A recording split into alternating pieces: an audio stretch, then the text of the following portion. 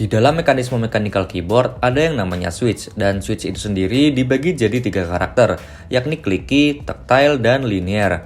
Switch clicky suaranya yang dihasilkan cukup berisik dari jenis switch lain. Contoh yang banyak beredar di pasaran ialah Autemu Blue. Sedangkan switch tactile suaranya tidak seberisik clicky, namun feel feedbacknya masih terasa mantap dan lebih lembut dari clicky ya.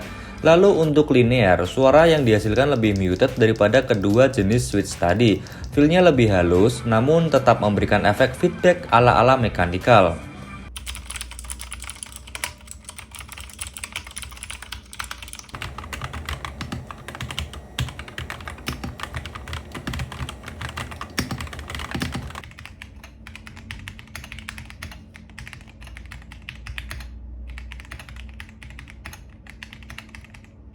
Dan itulah contoh switch yang ada.